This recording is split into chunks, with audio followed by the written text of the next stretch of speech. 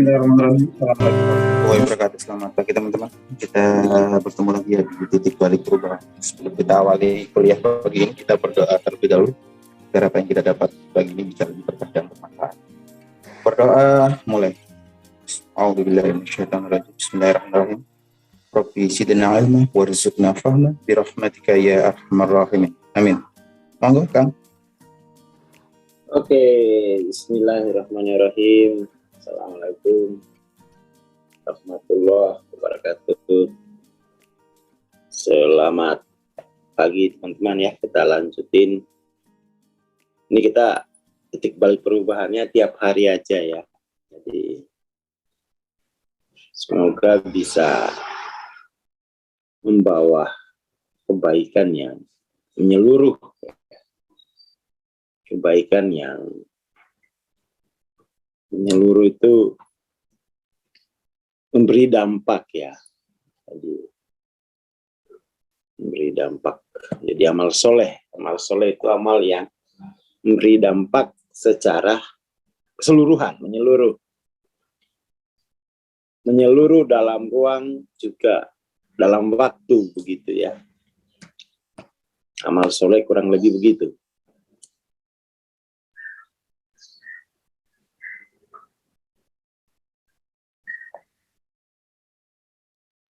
Ini kan kemarin kita sudah 35 ya. Kemarin kita melihat bahwa ego ini kan dia ini ya, ego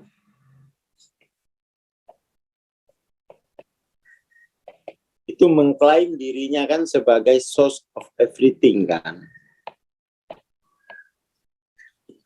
Ya, ini kan ego itu. Jadi bahasa ego itu ya aku sumber dari segalanya. Lalu karena dia adalah sumber segalanya, Tuhan itu ya melalui Tuhan, tapi aku sumbernya loh. Rezekiku itu melalui Tuhan, tapi aku sumbernya. Ego punya ilusi semacam itu. Mestinya kan kebalik gitu. Dari Tuhan melalui diri kita kan gitu ya. Tapi ego enggak. Aku sumber segalanya melalui Tuhan, melalui siapapun gitu. Makanya kemudian tuh dia harus mengembalikan posisi source everything itu kepada Tuhan. Ya kan? Dan kita hanya melalui kita gitu ya. Dari Tuhan melalui kita.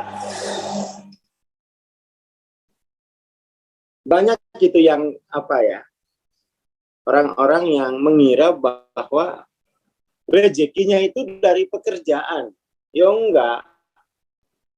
Rezeki itu ya dari Tuhan melalui pekerjaan. Bisa juga melalui yang lain. Sama juga orang mengira bahwa kesembuhan itu dari obat. Ya kan? Kesembuhan itu dari obat. Padahal itu melalui obat. Karena dia melalui obat, maka yang dilalui itu kan harus dipastikan baik dan halal kan gitu ya. Jadi yang akan dilalui itu mestinya baik dan halal gitu. Jadi kalau udah dari obat itu tidak peduli lagi, tidak mungkin dipertimbangkan halal dan baik, toib.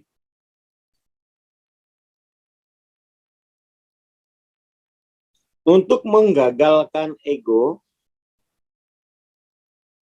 orang harus rela meninggalkan permainan imbalan ini. Permainan bahwa aku loh sumbernya gitu kan. Anania kan gitu ya. Penyakit anania ini kan saya adalah source of everything gitu ya.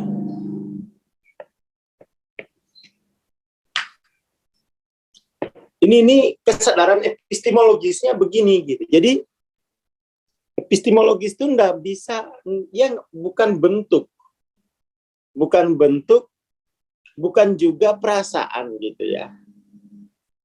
Dia adalah sesuatu yang tersembunyi, ineffable, tak bisa diungkapkan gitu, kecuali yang mengetahuinya gitu. Jadi kesadaran Anania ini tidak bisa diketahui dari dari yang tampak, dari perasaan tuh enggak. Ya harus dilihat dari secara abstraksi gitu ya, dengan ilmu marifat itu. Kan orang nggak merasa, masa sih aku source of everything? Loh, itu bahasa jiwamu, bukan bahasa sosialmu gitu. Itu akarnya gitu ya. Tapi aku nggak merasa emang. Wong ini level yang paling dalam, level epistemologis. Makanya senang sekali tahun lalu beredar video viral dari Profesor Amit Jarkarsi ya, Rektor Unida. Coba diperiksa epistemologisnya. Jangan-jangan tuh epistemologi sekuler. Ya ibadahnya benar. Ya, tuh. Tapi epistemologinya gimana? Itu viral tuh, viral. Dan itu bagus. Karena agama ini agama ilmu, bukan agama doktrin. Ya, tuh. Jadi mestinya jelas epistemologinya. Ya Unida Gontor ya. Ya. Itu bagus itu. Karena masyarakat itu udah tidak peduli lagi dengan tataran epistemologi. Masyarakat itu hanya peduli dengan hal-hal yang tampak, hal-hal yang menyangkut perasaannya gitu kan ya. Coba kita lihat lagi ya model kita ini. Kita lihat lagi. Ini kan wilayah fakta ini. Ini kan fakta. Ini wilayah perasaan gitu. Ya perasaannya aku udah benar loh. Ya tapi wilayah epistemologis itu menentukan loh. Periksa gitu ya. Diperiksa wilayah epistemologis. Dan wilayah epistemologis ini dia tidak bisa diajarkan lewat proses berfilsafat. Dia adalah kesadaran. Kesadaran. Itu metodologinya ya nafi isbat gitu ya. Jadi diisi dengan yang murni sehingga yang palsu itu lenyap. Jadi kalau nggak diisi dengan yang murni orang nggak tahu gitu. Itulah wilayah epistemologis. Sini ini. Kita hanya bahkan kadang-kadang itu kita tidak mengerti juga fakta itu. Kita hanya berurusan dengan fakta. Kayak sekuler kita itu. Ini kan fakta, ini kan urusan rasionalitas gitu kan ya. Sementara perasaan itu sesuatu yang ya empiris gitu. Yang dialami langsung. Ini kan wilayah empiris. Sementara wilayah epistemologis itu sesuatu yang sebenarnya mistik gitu. Mistik. Tapi dari situ itu lahir ideologi gitu ya. Lahir ideologi. Nah, sekarang kita kebanyakan orang itu mengambil ideologi. Lah itu berfilsafat namanya. Tapi nggak menjalankan proses-proses riadonya gitu kan. Orang merasa sudah nyaman, ya aku penganut ini loh, ya itu filsafat. Kayak begitu itu. Masalahnya agama itu bukan filsafat gitu. Ini penting ya. Mungkin juga masyarakat itu juga nggak peduli lagi. Atau mungkin nggak paham gitu. Nggak paham dengan apa yang sehari-hari dialami gitu ya. Karena biasanya kan antara fakta dan perasaan ini kan konflik terus-menerus. Ya kan? Konflik. Nah, dan kita sibuk mengatasi konflik ini sampai-sampai tidak punya waktu untuk merenung secara usulia gitu. Oh ini bahaya ini bahaya. Ya, bahaya. Kita sudah terlalu sibuk mengikuti fakta-fakta itu kan. Kita juga sudah terlalu rumit dengan perasaan kita sendiri sampai-sampai tidak punya waktu lagi untuk merenungkan hal-hal yang sifatnya usulia itu. Ini gejala.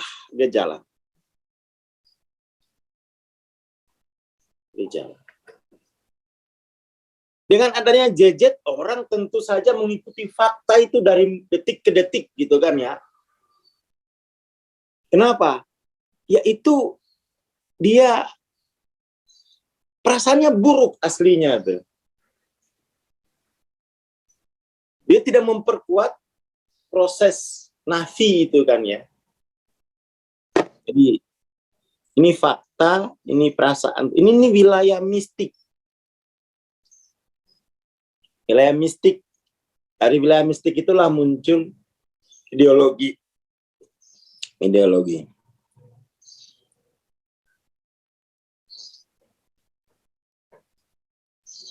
Dan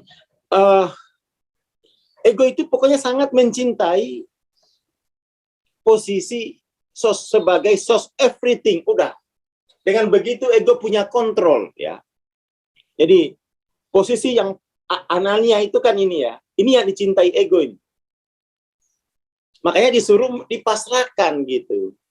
Dipasrahkan, enggak, kamu bukan source of everything. Kamu itu hamba. Hamba gitu kan. Nggak mau ego jadi menghamba. Nggak mau. Jadi hanya itu persoalan paling mengakar antara Anania dan Ilahiyah. Hanya soal source ini gitu.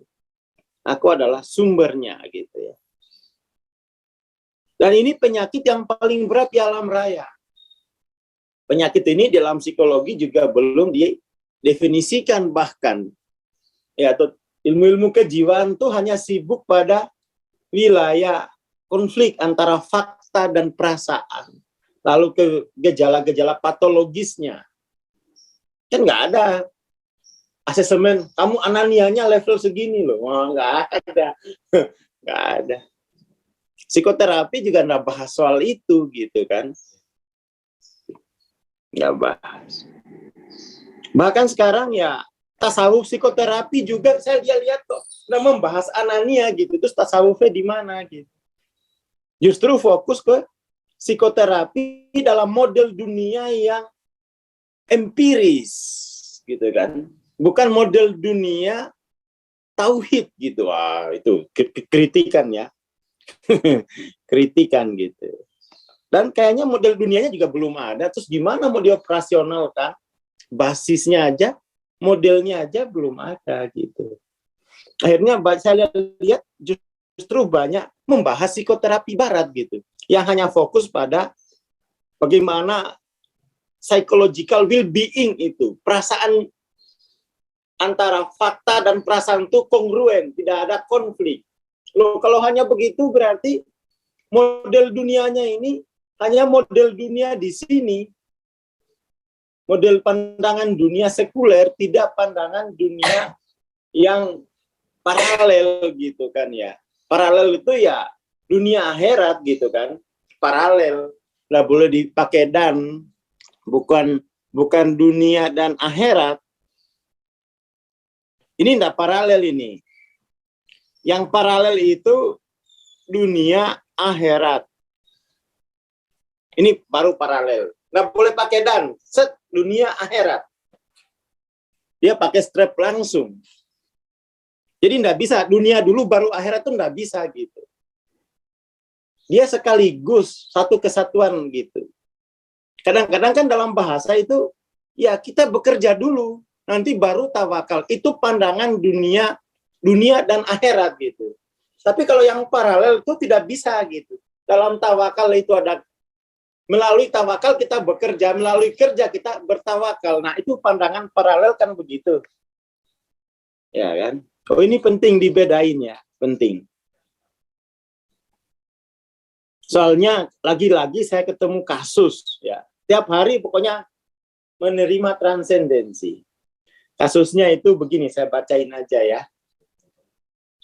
Untuk anaknya itu berani WA saya menceritakan isi hatinya.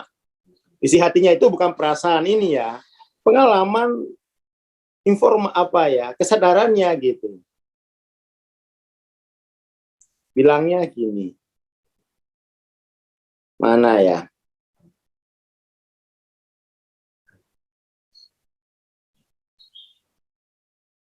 Bilangnya itu,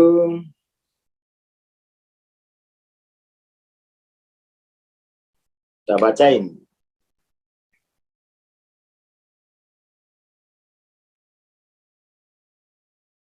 Ini namanya nggak disebutin, rahasia.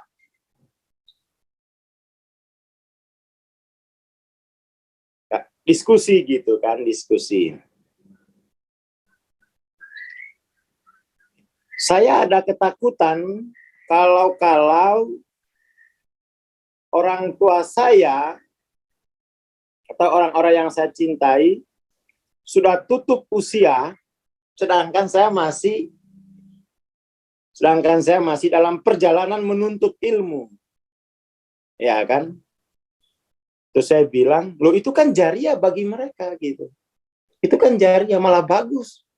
Mereka tutup usia, anaknya lagi dalam menuju pencerahan. Lah, tapi kan katanya, balasannya lagi ya, tapi kan itu urusan akhirat doang, Bang. Nah, mereka belum dunia. Wah, ini kalau Ustaz bilang lah, kalau kayak gini pandangan duniamu ya pandangan dunia terpisah. Kalau gini kamu orientasinya enggak ini. Jadi jangan sampai kita punya orientasi bahwa kalau aku ngurus akhirat dulu baru dunia. Lah itu kebalik. Maksudnya itu dalam mengurus akhirat itu dunia itu juga terurus gitu. Dalam mengurus dunia, akhirat juga terikut kan. Itulah pentingnya pandangan epistemologis gitu.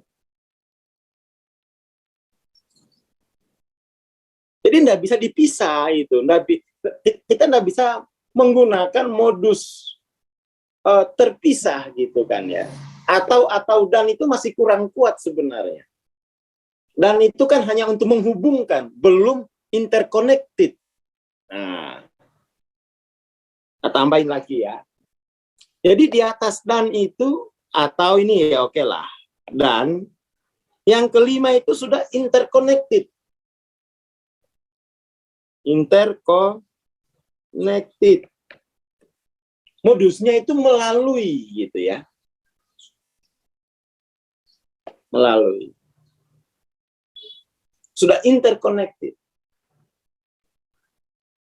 Jadi melalui dunia ini kita mengurus akhirat gitu kan ya. Dia interconnected. Itu progresifnya ya. Langsung anaknya karena ngaji gitu. Wah, kamu pandangan dunianya ya sekuler banget ini. Hanya soal ya nanti akhirat dulu baru dunia. Oh, itu banyak itu yang begitu. Saya nanti beragama setelah nanti umur 70. Wah, itu ya. Ini masih muda, kan begitu ya. Ini masih nom-noman. Jadi ini masih banyak waktu untuk maksiat lah. Itu enggak interconnected. Itu pandangan dan ya sih aku ngakui akhirat ada. Tapi nunggu dulu lah, ini aku masih cupu gitu ya. Ya enggak ada begitu, pandangan keagamaan itu interconnected.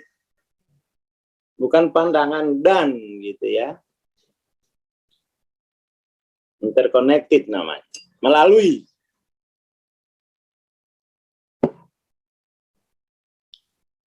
Makanya ini, dan ini posisi-posisi individual sebenarnya. Tapi hanya saja dan ini sudah ada kontrak tertentu dengan individu lain. Jadi kalau atau itu kan gini. Ya, atau itu gini. Kalau dan itu kayak gini, berkontrak.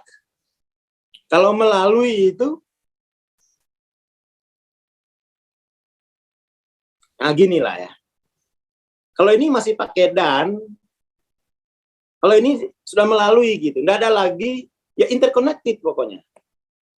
Modelnya gini, nah gitu ya.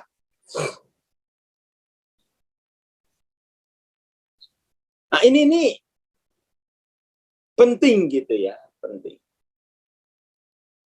Sama dengan relasi antara Islam, ihsan, sama iman, itu interconnected, tidak dipisah-pisah gitu kan. Itu namanya relasi interconnected.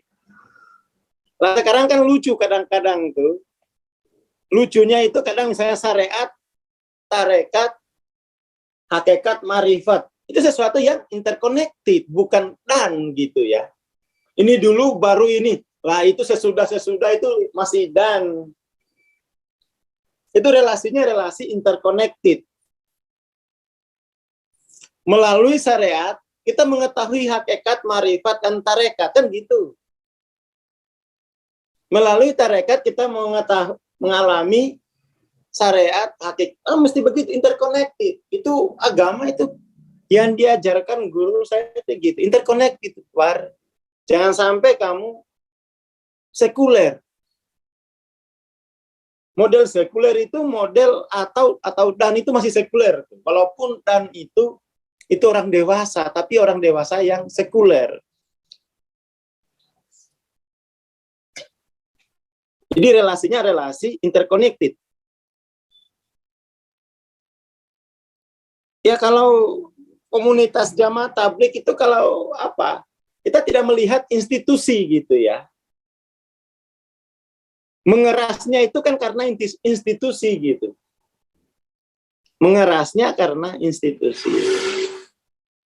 Sama misalnya Nabi itu kan tidak ada institusi politiknya. Nabi itu kan mengembangkan politik umat, politik yang interconnected dari hati ke hati gitu ya. Yang saya pelajari gitu, politiknya Nabi itu politik interconnected dari hati ke hati, bukan dari lembaga ke lembaga. Itu nanti setelah Khulafaur Rasyidin baru muncul lembaga ke lembaga. Di zaman Nabi dan 4 khalifahnya itu politik interconnected dari hati ke hati. Itu namanya umat. Kalau sekarang kan enggak, ada umat ini, ada umat ini. Tapi itu maksudnya lembaga toh. Jamaah tabligh maksudnya lembaga toh. Ya jelas itu sudah pakai dan sekuler sebenarnya modelnya. Coba kalau kita dari hati ke hati, enggak ada lembaganya. Ya kan, enggak ada lembaganya. Ya namanya lembaga itu udah korup gitu. Udah korup. Karena sesuatu yang paling penting itu interkoneksi itu dari hati ke hati. Satu, namanya umatan wahidan itu kan koneksi dari hati ke hati, bukan koneksi lewat akun medsos, jejaring sosial, itu bukan umatan wahidan. Umatan wahidan itu interkoneksi melalui hati ke hati. Ya gitu. Jadi saya tidak akan masuk ke wilayah-wilayah yang mengeras itu gitu ya. Wilayah institusi itu wilayah yang mengeras. Hati yang sudah dikeraskan gitu ya. Tapi juga tidak mungkin kita bisa menolak itu institusi itu, tetapi mestinya fokusnya itu institusi itu hanya diperlukan untuk menampung ya sebagai kontainer yang individual itu sebenarnya. Jadi institusi itu adalah hanya menampung, dia kontainer yang menampung yang individu yang berserak-serakan itu, lalu kemudian setelah punya kontainer yang berserakan-serakan tadi kan terkumpul tuh. Lalu membangun interkoneksi dari hati ke hati gitu ya. Jadi kita ini perlu model untuk membangun dunia ini ya. Dunia akhirat dia perlu model biar nggak salah arah. Itu yang saya kira yang disebut oleh Profesor Hamid Jarkasi. Kita perlu epistemologis loh. Baru kita model. Nah, seperti itu. Jadi mari. Jadi sebenarnya ya apapun lah ya, apapun institusinya, yang penting jangan berhenti di situ gitu. Jangan berhenti pada posisi-posisi institusi, mesti dinaikin lagi. Ayo rame-rame dalam institusi ini, satu kontainer, kita membangun relasi interkoneksi dari hati ke hati dengan kontainer lain gitu kan ya. Tapi kan yang kita lihat justru semakin mengeras itu. Di dalam kontainer orang mengeras gitu kan. Mestinya dalam kontainer itu diharapkan koneksi interkoneksi dari hati ke hati itu terjadi secara berjamaah. Satu kontainer masuk buat koneksi satu kontainer itu kan lebih mudah daripada individual ya, lebih cepat gitu kan ya. Ada gerakan masif, ada gerakan massal untuk interkoneksi. Nah, seharusnya institusi itu di situ kegunaannya, mempercepat proses interkoneksi secara massal gitu kan ya. Nah, kayak gitu. Kayak Madinah itu kan begitu kayak kira-kira. Yang tidak mau interkoneksi, ya itu gimana itu ya? Ya itu berarti musuh kemanusiaan gitu kan. Musuh kemanusiaan. Jadi kontainer itu mestinya, institusi itu mempercepat proses interkoneksi gitu. Bukan justru dia menghambat proses interkoneksi. Ah, itu egois banget. Egois banget. Egoisme. Sekarang itu misalnya juga orang, saya melihat kecenderungan masing-masing orang dalam kontainernya itu merasa sebagai satu dari 72 jadi 72 itu salah, saya satu itu. Masing-masing mengklaim yang satu itu gitu. Padahal aslinya yang satu itu yang terus-menerus melakukan interkoneksi dari hati ke hati. Tapi sekarang itu mengeras institusi, kemudian tuh dikeraskan dengan kita adalah satu yang benar dari 72 yang salah. La ilaha illallah. Kebalik kayaknya deh. Kayaknya kebalik deh. Yang satu itu adalah yang mau melakukan interkoneksi dari hati ke hati dengan siapapun gitu. Umatan wahidan gitu. Ya kalau ya nggak apa-apa, asalkan ya interkoneksi gitu kan ya.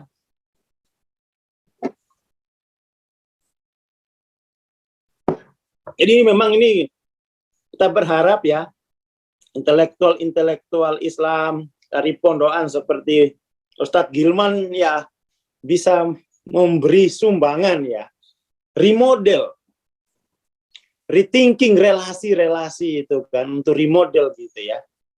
Kalau saya ini kan dari pinggiran ini ya, dari pinggiran. Kalau Ustadz Gilman kan dari dalam ya, dari dalam. Bukan dari dalam, sama-sama di dalam, tapi saya pinggiran ya. Ustadz Gilman kan di epicentrumnya gitu kan ya. Dalam itu. Penting ini, dan saya kira ini bukan hanya untuk Ustadz Gilman ya, semuanya gitu. Mari kita lakukan gerakan interkoneksi dulu deh. Interkoneksi dari hati ke hati gitu. Sehingga itu aman dunia ini, tidak saling curiga. Jadi ini perlu dibayat ya, perlu bayat interkoneksi. Oh, kurang sosialisasi ya Allah. Wah, ini masukin Ustadz Gilman harus banyak ini. Oh, kurang sosialisasi saja. Ya. Jadi ini kita mesti satu hari ya, kita akan berbayat untuk interkoneksi dalam satu kemanusiaan itu. Ya, interconnected network by heart. Dari hati ke hati udah. Kita harus deklarasi itu. Itu kan Indonesia kan begitu dulu.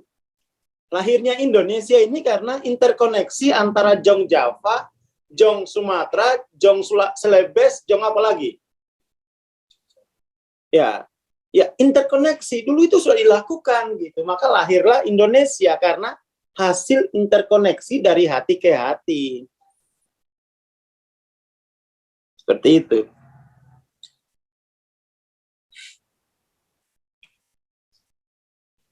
Nah, kita perlu ini Indonesia ini melakukan gerakan interkoneksi ya. Apa revolusi mental nggak jalan, malah perang, saya Pancasila. Apa itu? Ini harusnya gerakan itu gerakan interkoneksi ya. Interkoneksi. Gerakan politik itu bukan interkoneksi, hanya mengeraskan posisi masing-masing. Saya Pancasila, kamu bukan. Ya, enggak gitu juga kali. Ini kayaknya perlu nih ya, ngopi sama Ustadz Gilman, gimana ini ya? Kita bikin apa gitu ya.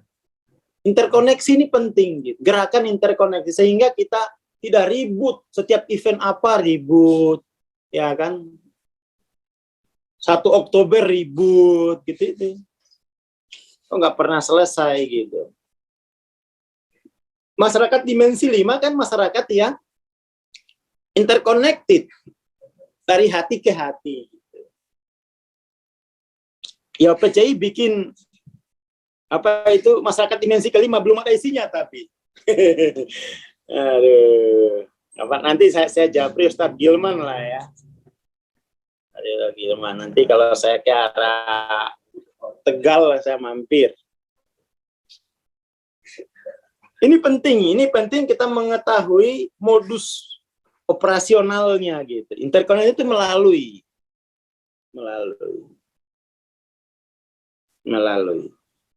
Dengan interkoneksi ini kita akan mudah juga ketemu pada yang tauhid itu. Tidak mungkin juga Tuhan berbeda-beda kan. Konsepnya mungkin, tapi kita nggak menyembah konsep. Kita menyembah Tuhan yang esa gitu. Tetapi itu hanya terjadi dari hati ke hati gitu ya. Dari hati ke hati.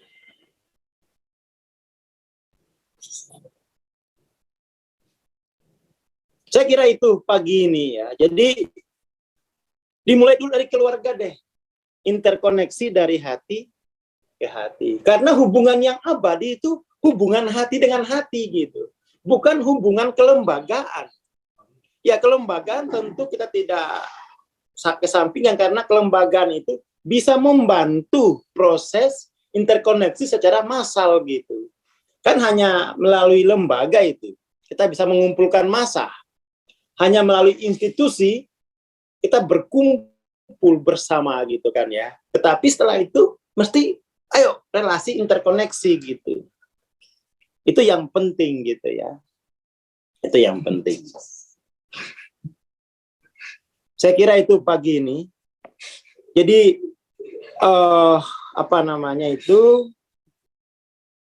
permaimbalan yang terbesar bagi ego itu adalah mengeraskan posisinya dan menolak interkoneksi gitu ya. Mengeraskan posisinya dan menolak interkoneksi. Terima kasih, selamat pagi. Assalamualaikum warahmatullahi wabarakatuh. Jangan lupa dioret-oret bukunya, dicatat itu biar bertambah pemahamannya. Monggo Mas Jamim. Terima kasih Bang Asor, terima kasih teman-teman. Kita bertemu besok pagi insya Allah ya. Insya Allah DBB titik balik perubahan ini akan diadakan tiap hari. Kalau nggak ada halangan. Terima kasih, kita bertemu besok pagi. Assalamualaikum warahmatullahi wabarakatuh. Selamat pagi.